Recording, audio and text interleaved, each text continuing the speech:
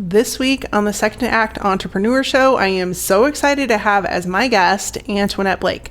Antionette is widely recognized as a multi-award-winning Delaware blogger.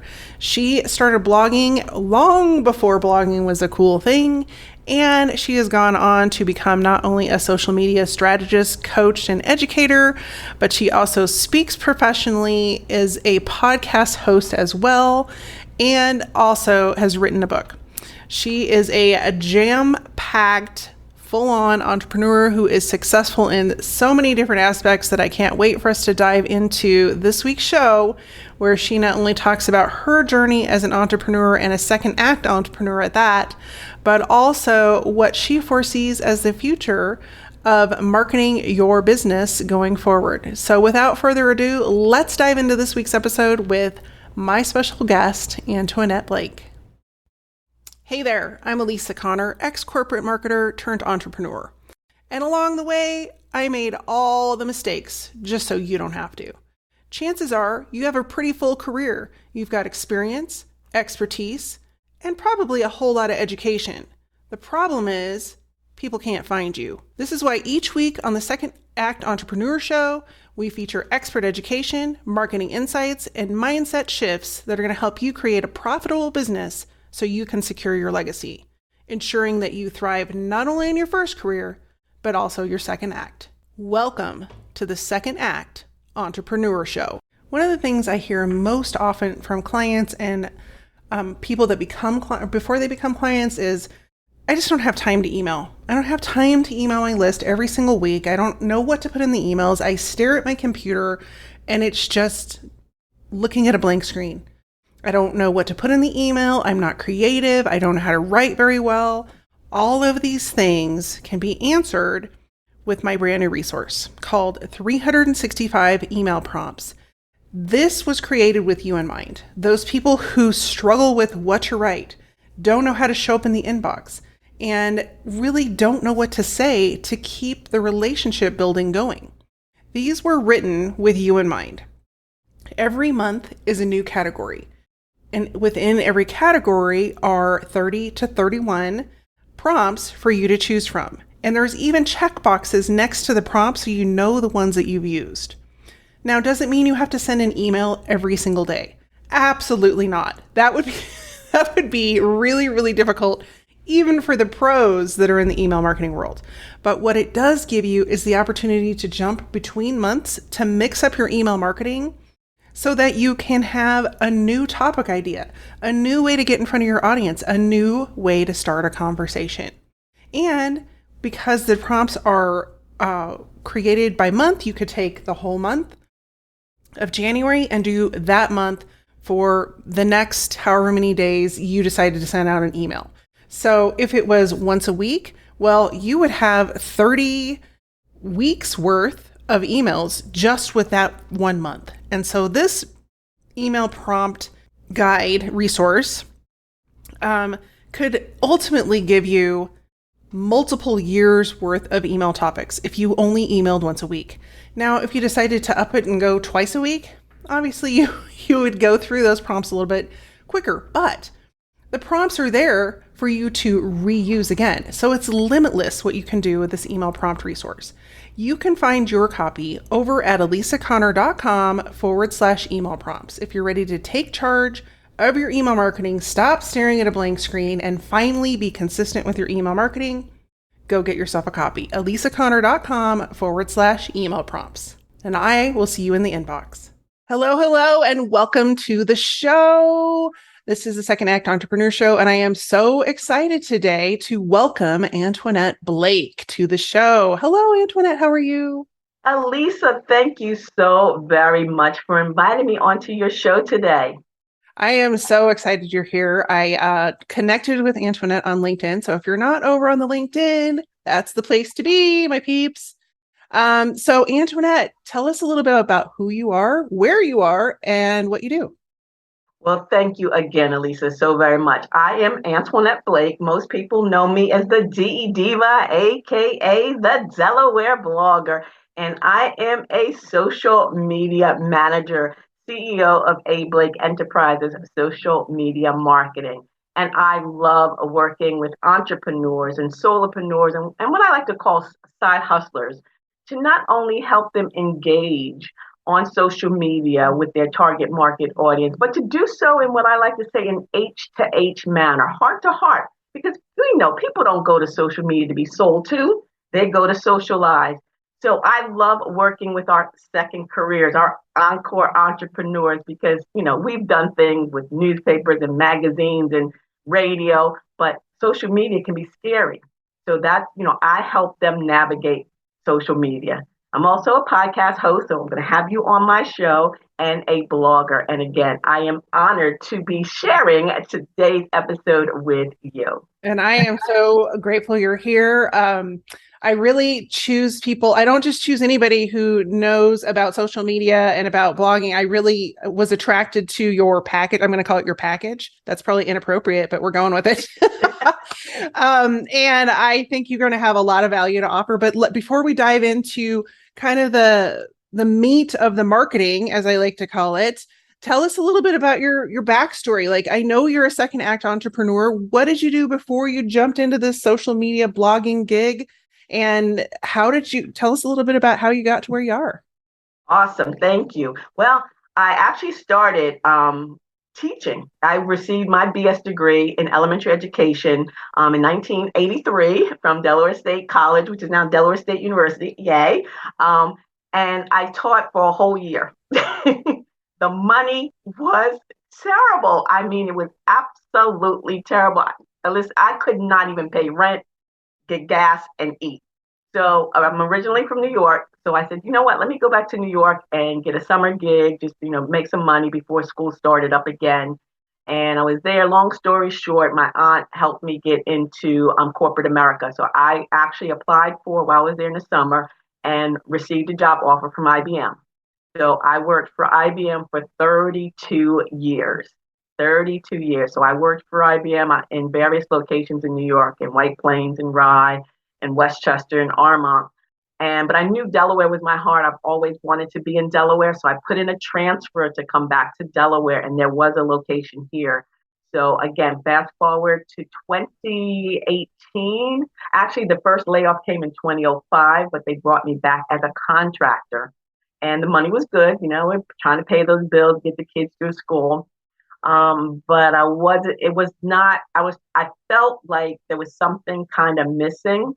And at that time, my grandmom had moved in with my husband and I and our kids, and, it was great. And when she passed on at the age of 98, I felt I had a lot of time on my hands. And my girlfriend said, because you gave a lot of time to her. So I've always loved to teach. I've always loved to write. So blogging was kind of like, with the mommy bloggers. Remember the mommy bloggers? They were writing about diapers and formula. And I'm like, I'm over 50. What do I write about, right? So I said, I love shopping with my grandma. And she's the very first one that introduced me to thrifting.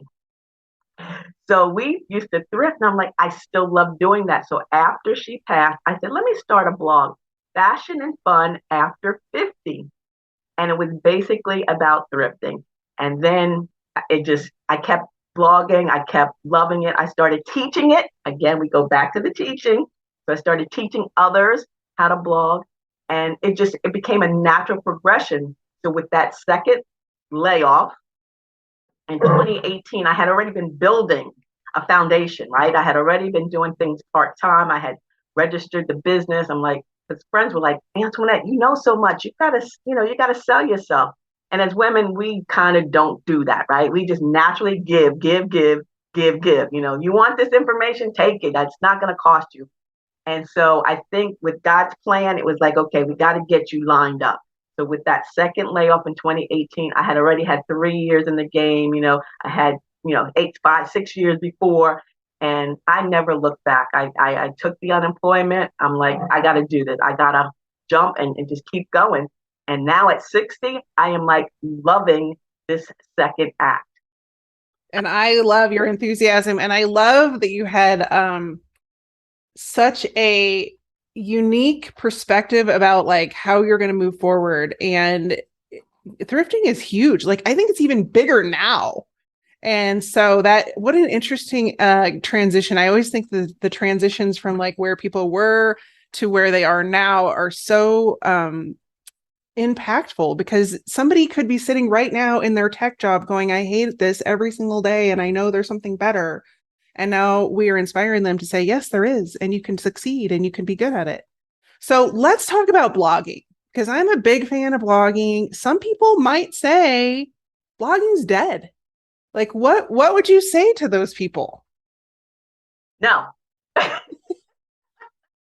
Blogging is not dead. I wrote, matter of fact, I wrote a book, the basic tips for blogging, right? With video, TikTok, and all that, and now with podcasting, people are saying blogging is dead. That is not true. We still want to read and find information. Like, just for example, I'm not doing the fashion and fun anymore, but I'm still kind of in that lane and promoting of my podcast and my interviews. But think about this. Say, hey, Elisa, I want to, put together a crock pot recipe tonight. Okay. So I'm either going to go and read a quick blog post, or I'm going to go find a podcast and have to listen to it and go back and get the show notes, or watch a video and write things down. Blogging is not dead. People still want paper. People still want to read. I mean, if you're laying on the beach, you want to read, whether it's a hard, on your phone or a hard copy book. Blogging is not dead. Don't let anyone ever say that. Well, and so from the technical perspective, which is a lot of times where I come in, just now, like as of the last couple of months, Google has finally started to put video into search. Well, it's slow going, people. So if you think that you're going to get search results for your website from video, you're going to have to make sure they're all transcribed. But two, like the actual words will always outperform the audio or the video on search results. Even if you go up and look at search results, you can see videos are starting to come in, but most of those search results are either paid for through ads, or they are directly followed by a blog post or some sort of written content. So what do you say to people that like maybe have their fingers in several things? Like maybe they're doing audio, they're doing a podcast, and then they have a blog to go with that. Is it important to have all of those things? And if it is, which one should be their primary focus? That is a great question. And as a matter of fact, I was speaking with a client just yesterday on this topic. They have a website, and they have a podcast, but they want to transcribe the content of their podcast into a blog so that they can share that with their newsletter or their email contact. Because remember, not everyone is on the same platform. Not everyone is going to be on YouTube or TikTok or Snapchat or Facebook or Twitter or Instagram. But I dare you to find anyone that doesn't have an email address. And if you can get into that email box, you've got them. Now, yeah, okay, the click rate might be low. They may not read it all the way through. They may delete it, but you're in that box and you have a better chance of your content being seen in a written blog than on a URL that's on Facebook or Twitter or Instagram, because those feeds are so quick. So I had suggested to them is to, yes, have your podcast transcribed, because you may be offering information that's clickable or has a bio to your guest, which when you're listening to a podcast, unless you're writing, which is really not common, people are not listening to a podcast and writing, they're walking, they're doing the dog, whatever they're. So that blog can be a perfect companion too. So if you say, I really don't like to write, I like to talk.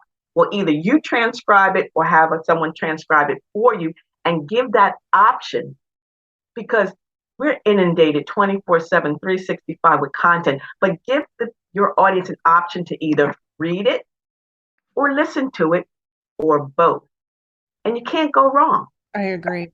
And, email is my language. You just spoke my love language. So I'm all about building your email list, especially in the world we live in.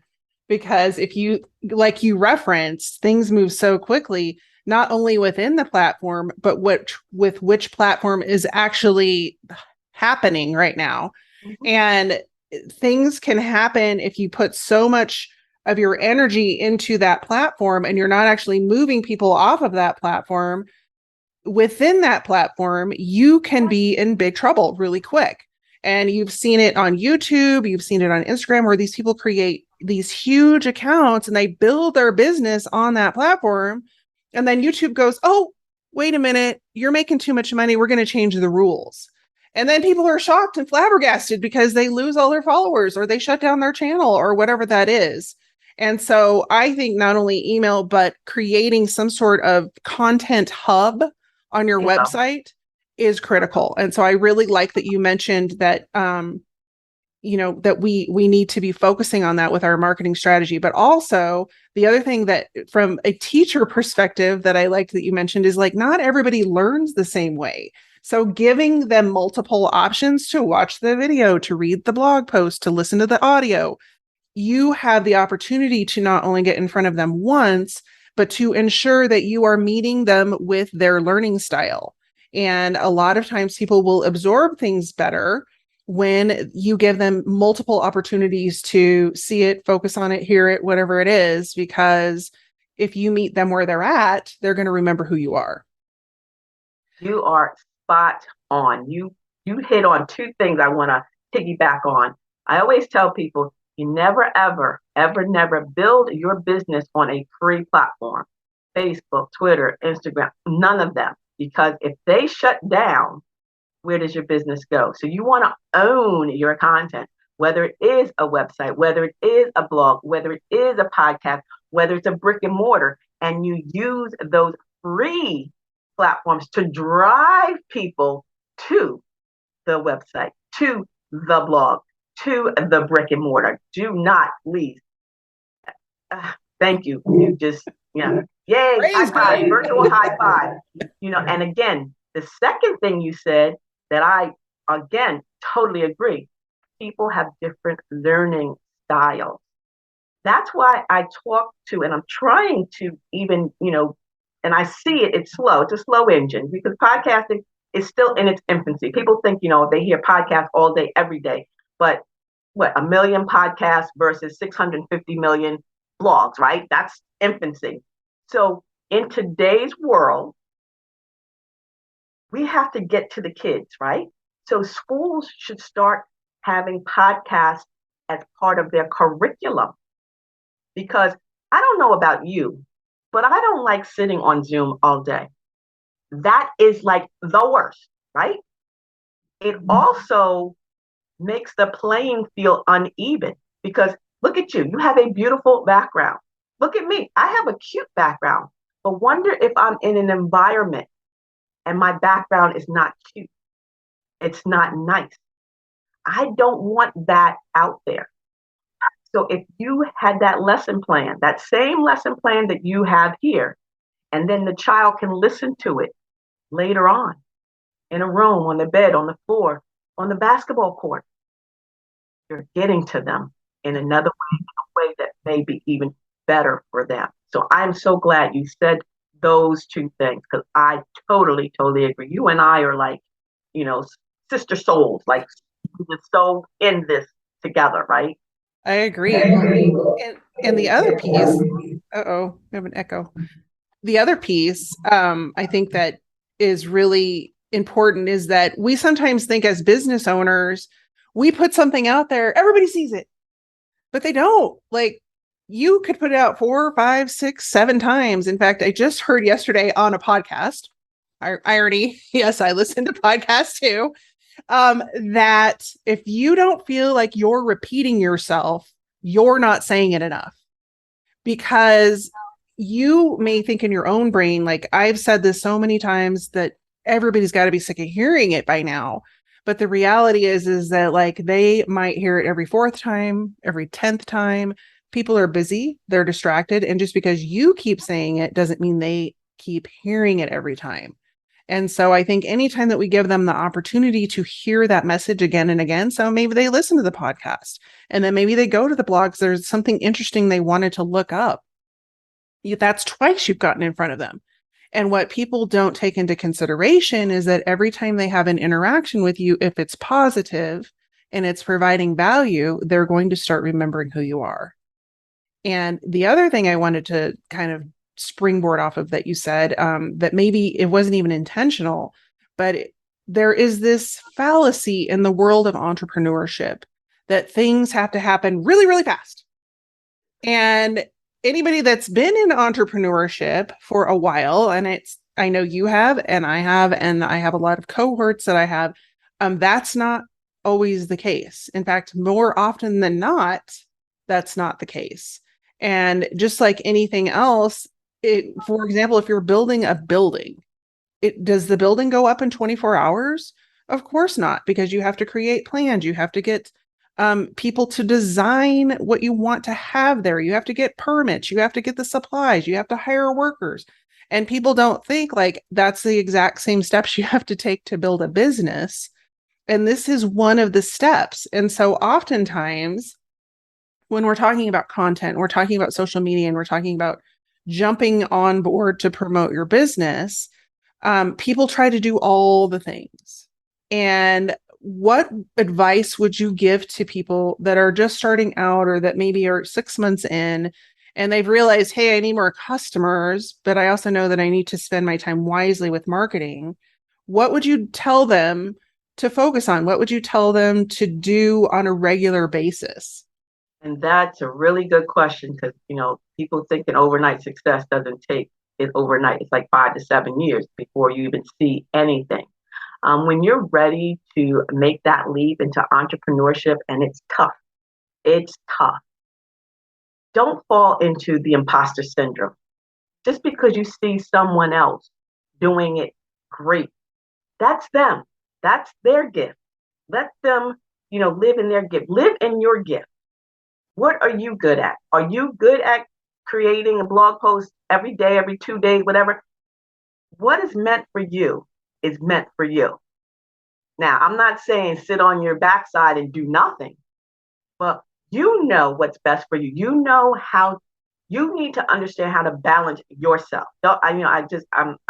I'm so sick of these gurus and these experts and all these people that say you got to get up at 5 o'clock in the morning and you got to work out and you got to do this.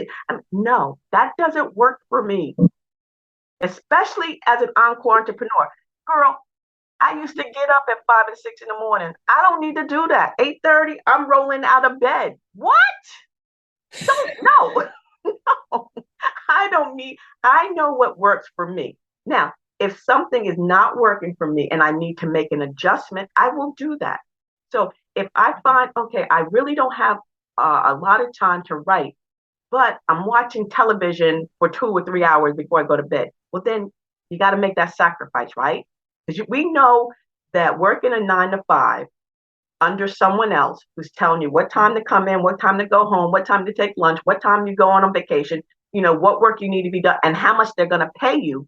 You've done that. I did that for 32 years, right? I always laugh and I tell my husband, I was on the plantation for 32 years. I came in, I mean, that's true. They tell you everything. So now you've got to tell yourself, this is what I really want to do. This is my passion. I don't care if it's cooking, baking, candlestick making. I don't care what it is. You have to remember you've got to put in just that as much effort into that as you did for someone else. Now, here's a problem. Our younger generation are making new rules, and that's fine because that's going to work for them.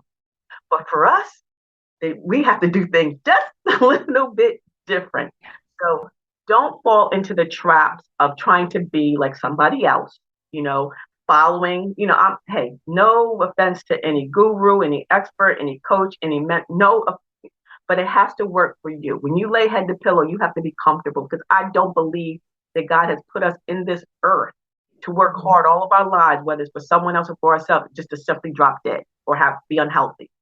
So take your time, especially when it comes to entrepreneurship, because there's going to be sleepless nights. There's going to be tears. It's going to be, I just want to give up, but you can't. Because if it's your passion, do what you love what you do, and success is inevitable. Will it take 5 to 10 years? Yeah. So what? It's going to happen. I love that. And you just used one of my, I don't know what is up with this microphone. You just used one of my favorite quotes, which is your success is inevitable. And I agree with that too. And a couple of things. So you just touched on so many things that I talk about quite often on my show. But one is that there's nobody that's going to do what you do the way you do it. And I think we get into this fear emotion, and we also think, I got to do this and it's got to be done in a year so that I can make six figures. Well, the people that are telling you six figures in 6 months, probably, if they've done that for anybody, if it was a fluke. And more so, I think that, this hustle mentality that has been, I am not a 5 a.m.er either. Like 7 o'clock's good. Like the sun's up, the birds are singing, I'm good. But I think that you have to figure out what works for you. And you also have to align that with the goals that you want to reach. So if maybe your first year of business, your goal is to make $25,000. Some people would poo-poo that, but that's really good money if you're just starting out and you don't have a lot of clients. And so aligning with not only what your goals are, but why you want to reach those. Because a lot of times I feel like we jump into, hey, I want to make six figures because that's what everyone else is telling us that we should be doing. But in reality, maybe you don't need six figures. So I think that the other thing is like, you have to be aligned with, why do you want to reach the goals that you want to reach? And is it your actual want, or is it somebody else influencing what you think you should want? And that's one of the things I would have to say about future generations is they're much more in tune with like, why do I need all this money? Like they don't think that way. And they think like, it's less about accumulating things, which was 100%, I think, the focus of our generations. Mhm. I think we're pretty close in age, because that's, our parents and grandparents came out of the Great Depression. And so they didn't have a lot. And so they wanted to, reach to have more things. Mhm. But in the upcoming generations, that's not their focus. Their focus is on experiences and living in the moment. And so when you tell them they have to show up at a job for 40 hours, they're like, no, maybe, probably not. And then people are like, why don't we have enough employees? I'm like, well, because you've been treating employees like crap for about 50 years. Exactly. And now the next generation will have none of it. So you're either going to compensate them with some kind of benefits, with pay, or with time, or they're not going to do it. And they don't care if your company fails. Whereas I feel like we were always like, oh, we got to do it for the man. Mhm. And that's just not the case anymore. So, and then the last thing I wanted to say about what you said was, I think the other thing is that, we become entrepreneurs because we want more than anything, time freedom. We don't want to show up. I always think of The Office, where they're just like drudging in and they don't want to be there. And then, they're in this position where they have to be there because they've got the mortgage or whatever it is. And like, we leave that so that we can get up at 7 o'clock, go for a walk in the morning. And like, we forget that, we don't have to hustle just because everyone else is telling us that. And then one last thing, and then I'm going to throw it back to you. But I think the other thing is like, I don't know about you when you're in corporate, but most of the time in corporate, even if you're there for 8 hours, with all the interruptions, all the meetings, all the people that are at the water cooler, you never got 8 hours of work in. And so one of the things I found when I started as an entrepreneur is like, I could get a day's worth of work done in 4 hours or less. And so you are still working hard for yourself. And I want to say that to people to kind of motivate them and inspire them, not feel like, oh, I got to do 8 hours. I got to do 8 hours. Because if you're doing 8 hours of work as an entrepreneur, but not focusing on the right things, you're spinning your wheels. So you don't want to do that either. And Alyssa, that is so true, because I'm thinking that it's like we were raised to think 8 hours a day, 40 hours a week, every, 1 week or 2 weeks off for vacation. And that was it. Weekends, a few little chores and family time and you squeeze that in. But that mindset is gone. And it should be, because people are more important than, the product. I'm sorry. I mean, I understand. And because there are 24 hours in a day, just because you're not working the traditional 9 to 5 doesn't mean you can't work, other hours. So I was showing my son something the other day. I was looking at a TikTok video about the millennial workday. Yeah, they roll out of bed 2 minutes before, they walk downstairs or they walk into the kitchen, and they do a little bit of thing. They go scroll through their reels. They do 2 hours of work that's for a week, like a week's work in 2 hours. They take a nap, they may watch reels again, and they're done. And I'm like, that's pretty cool. Like, I like that, You guys are smart. Work smart, not hard. I agree. Okay, so before we wrap things up, just a couple quick fire questions. One is, do you have a favorite business book that you usually recommend to people that you would like to tell our audience about? No, not I one. don't. Huh? I've read many. I mean, Who Moved the Cheese, a lot of Les Brown books. I mean, there's books out there. I'm not a reader. Look, my favorite show is The Twilight Zone, right? Enough time at last with Burgess Meredith, where all he wanted to do was read. He read voraciously. He read. I'm not a reader. I'm quick. I'm on social media, so I'll read something real quick, or I'll watch something real quick. But no, I'm gonna be honest with you. No, there's not a business book out there that I could recommend for someone to read. Do you have a favorite podcast other than your own that you regularly tune into? Well, it's gonna be yours. You know that, right? So it will be yours. But actually, I'm gonna be honest with you. I will. I spoke at an event right before Memorial Day. Yeah, right before, down in Atlanta. And there were a lot of podcasters that were talking about various subjects. And one gentleman, and I'm sorry that I can't remember things, talked about diabetes. And I am a type 2 diabetic. So I listen to informational podcasts, not entertainment. Does that make sense to you? Mm-hmm. I can be entertained watching TV, but if I'm going to pop those earbuds into my ear, and again, that's what I tell people about the importance of a podcast, is that intimate relationship. When I'm popping those earbuds into my ear and you're locked into my brain, I want to walk away with something worth something. I'm not into crime and true passion and all that. So if I'm listening, it's going to be a health related one or a marketing related one, but there's not one that I say I have to listen to every day. I like to just go through and see what pops up and then listen. Awesome. Okay, so one last question.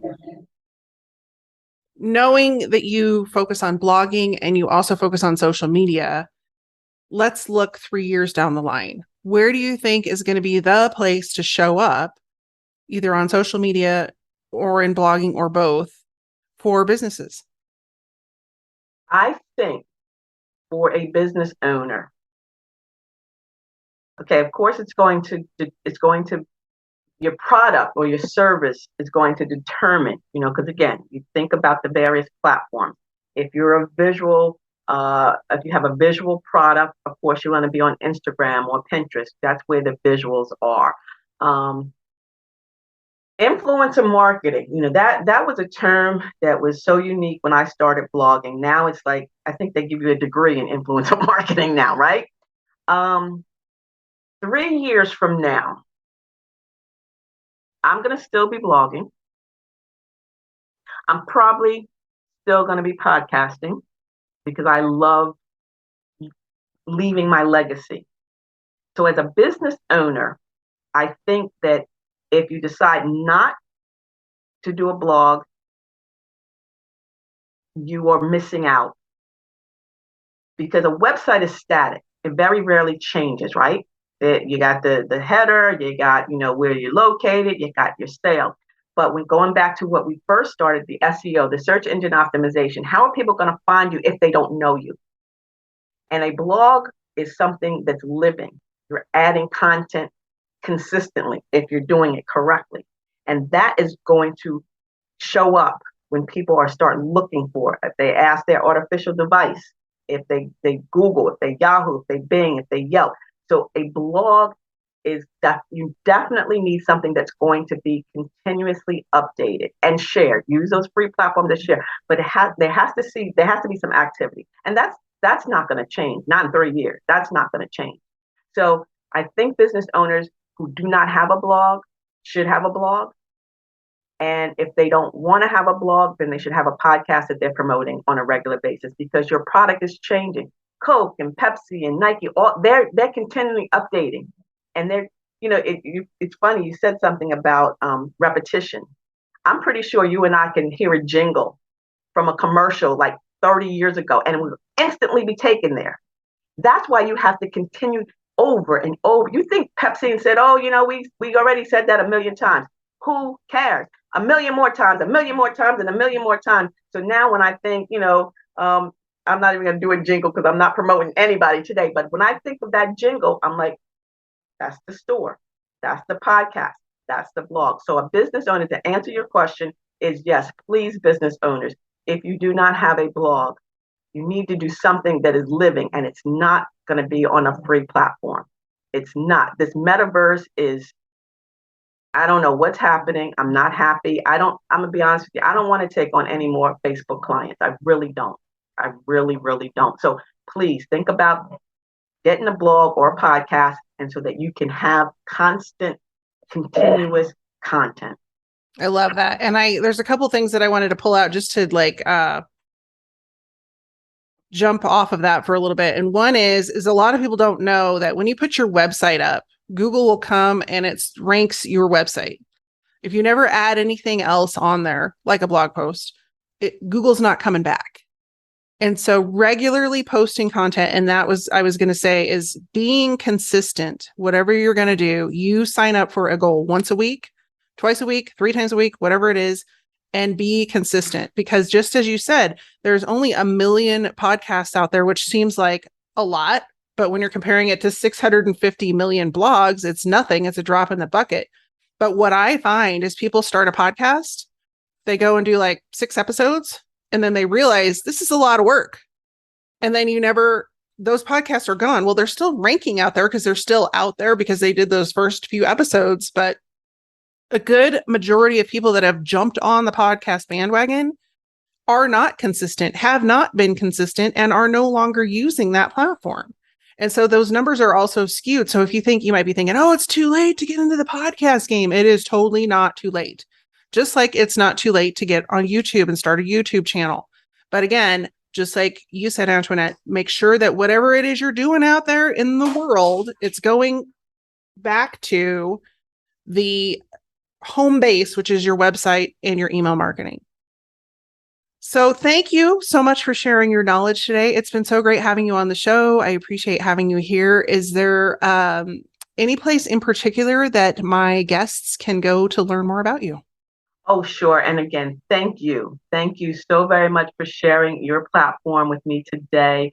I can't wait to have you on my platform as well. And again, if anyone would like to connect with me, I have a Linktree ID, which will list all my social at A. Blake Enterprises. So it's just A. Blake Enterprises, Linktree ID, and that will take you to everything. My podcast, my blog, my books, everything. Perfect. And I will make sure those are all linked up in the show notes so that people can just click on that, which you can find over at my blog. So thanks so much for tuning in this week to the Second Act Entrepreneur Show. And thank you, Antionette, for being our guest. And in the meantime, take care, stay safe, and be well. Did you miss something during the podcast? Maybe forgot to take notes? No worries. We've taken all the notes for you. All the resources, links, and information in this episode you can find over at alisaconner.com/podcast. That's ALISACONNER.com/podcast.